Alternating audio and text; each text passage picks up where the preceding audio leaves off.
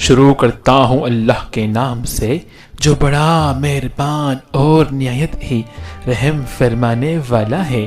حضرت موسیٰ علیہ السلام پارٹ 6 طوفان کا عذاب۔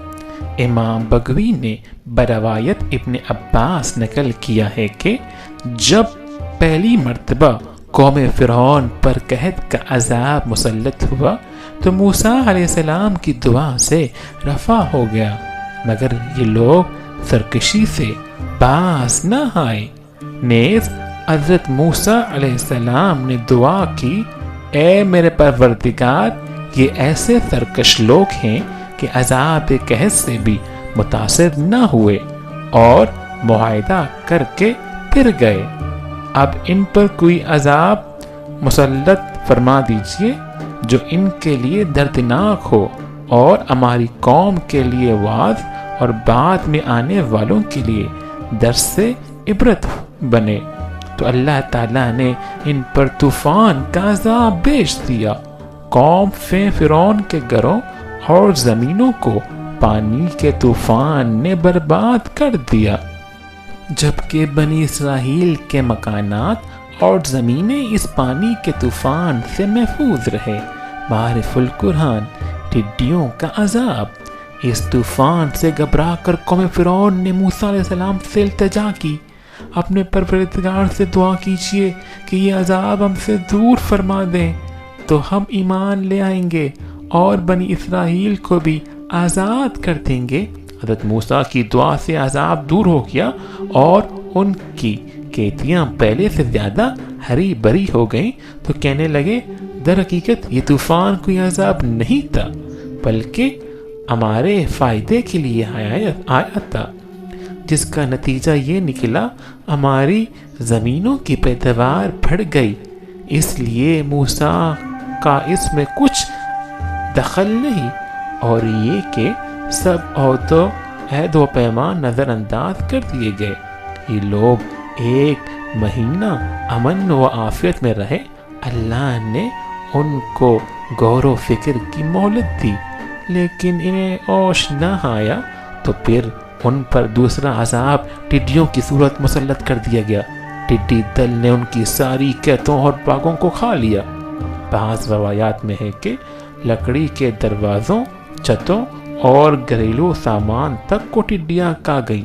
اس عذاب کے وقت بھی حضرت موسیٰ علیہ السلام کا یہ معجزہ سامنے تھا کہ یہ ساری ٹڈیاں صرف قبطی یعنی قوم فرعون کے باغوں، کھیتوں اور گھروں پر چھائی ہوئی تھی، جبکہ بنی اسرائیل کے مکانات، زمینیں اور باغات سب محفوظ تھے۔ معرف القرآن۔ قوم فرعون چلا اٹھی اور حضرت موسیٰ سے درخواست کی، اگر آپ اللہ سے دعا کر دیں کہ یہ عذاب ہٹ جائے تو ہم پختہ وعدہ کرتے ہیں کہ ایمان لے آئیں گے اور بنی اسرائیل کو آزاد کر دیں گے۔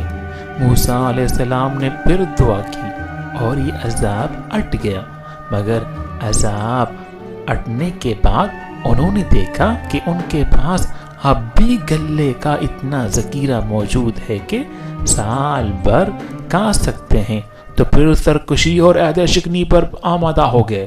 ایمان لائے نہ بنی اسرائیل کو آزاد کیا۔ ایک مہینہ پھر اللہ تعالیٰ نے مہلت دی۔ اس مہلت کے بعد تیسرا عذاب کمل کا مسلط ہوا۔ کمل اس جوک کے لیے بھی بولا جاتا ہے جو انسان کے بالوں اور کپڑوں میں پیدا ہو جاتی ہے، اور اس کیڑے کو بھی کہتے ہیں جو گلے میں لگ جاتا ہے، جسے گھن بھی کہتے ہیں۔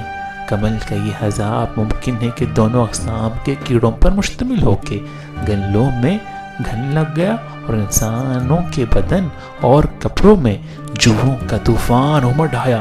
اس گھن نے گلوں کا حال ایسا کر دیا کہ 10 سیر گیہوں پیسنے کے لیے نکالتے تو اس میں 3 سیر آٹا بھی نہ نکلتا، اور جوؤں نے ان کے بال، پلکیں اور بوہیں تک کھا لی۔ معرف القرآن۔ مینڈکوں کا عذاب۔ آخر ایک بار پھر قوم فرعون بلبلا اٹھی اور حضرت موسیٰ علیہ السلام سے فریاد کی، آپ کی مرتبہ ہم ارگز وعدے سے نہ پھریں گے۔ آپ علیہ السلام نے دعا کر دی۔ حضرت موسیٰ علیہ السلام کی دعا سے یہ عذاب بھی ٹل گیا، مگر وہ کہاں ہے تو پورا کرتے۔ پھر عافیت ملتے ہی سب کچھ بھول گئے اور منکر ہو گئے۔ پھر بھی ان کو 1 ماہ کی مہلت دی گئی، مگر اس مہلت سے بھی کوئی فائدہ نہیں اٹھایا، تو ان پر چوتھا عذاب مینڈکوں کا مسلط کر دیا گیا، اور ان کے گھروں میں اس کثرت سے مینڈک پیدا ہو گئے تھے جہاں بیٹھتے مینڈکوں کا ڈھیر لگ جاتا، سوتے لیٹتے تو سارا بدن ان سے دھپ جاتا، کروٹ لینا ناممکن ہو جاتا۔ پکتی ہوئی انڈیاں میں رکھے ہوئے کھانے میں، آٹے میں، گرد اور چیز میں مینڈک بھر جاتے۔ اس عذاب سے عاجز آ کر سب رونے لگے اور پہلے سے پختہ وعدوں کے ساتھ معاہدہ کیا، تو پھر حضرت موسیٰ علیہ السلام کی دعا سے یہ عذاب بھی رفع ہو گیا۔ معارف القرآن۔ خون کا عذاب۔ اس عذاب سے نجات پا کر یہ اپنی اڑدرمی پر جم گئے اور کہنے لگے کہ اب تو ہمیں اور بھی یقین ہو گیا کہ موسیٰ علیہ السلام بہت بڑے جادوگر ہیں، یہ سب ان کے جادو کے کرشمے ہیں، یہ رسول نبی کچھ بھی نہیں۔ اللہ تعالیٰ نے پھر 1 ماہ کی مہلت عطا فرمائی، مگر اس مہلت سے بھی فائدہ نہ اٹھایا، تو 5واں عذاب خون کا مسلط کر دیا گیا کہ ان کے ہر کھانے اور پینے کی چیز خون بن گئی۔ کنویں سے اور سے جہاں کہیں سے پانی نکالتے تو خون بن جاتا، کھانا پکانے کے لیے رکھتے تو وہ خون بن جاتا۔ ان سب عذابوں میں سے حضرت موسیٰ کا یہ معجزہ مسلسل تھا کہ ہر عذاب سے اسرائیلی بالکل معمون و محفوظ تھے۔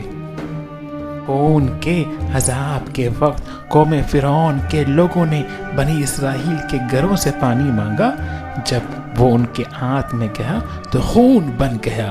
ایک ہی دسترخوان پر بیٹھ کر قبطی اور اسرائیلی کھانا کھاتے تو جو لقمہ اسرائیلی اٹھاتا وہ اپنی اصلی حالت میں ہوتا، اور جو لقمہ یا پانی کا گھونٹ قبطی کے منہ میں جاتا تو وہ خون بن جاتا۔ یہ عذاب بھی 7 روز رہا، بالآخر پھر وعدے کیے دعا کی گئی اور عذاب پھر ہٹ گیا۔ یہ لوگ اپنی گمراہی پر قائم رہے۔ اسی کو قرآن کریم نے فرمایا، ان لوگوں نے تکبر سے کام لیا اور یہ لوگ بڑے عادی مجرم تھے۔ وبائی امراض کا عذاب۔ بعد کی آیات میں رجز کے نام سے ایک چھٹے عذاب کا ذکر آیا ہے۔ یہ لفظ اکثر طاعون کے لیے بولا جاتا ہے اور چیچک وغیرہ جیسے وبائی امراض کے لیے بھی استعمال ہوتا ہے۔ تفسیری روایات میں ہے کہ ان لوگوں پر طاعون کی وبا مسلط کر دی گئی، جس میں ان کے 70,000 آدمی ہلاک ہوئے۔ ان لوگوں نے پھر فریاد کی اور دعا کرنے پر عذاب ہٹا، اور پھر بدستور ان لوگوں نے عہد شکنی کی۔ اتنی مسلسل آزمائشوں اور مہلتوں کے بعد جب ان میں کوئی احساس پیدا نہ ہوا تو آخری عذاب آ گیا کہ سب کے سب اپنے مکان زمینیں چھوڑ کر موسیٰ کے تعاقب میں نکلے اور بحیرہ احمر کا لقمہ بن گئے۔ معارف القرآن جلد 4 صفحہ 46 تا 49۔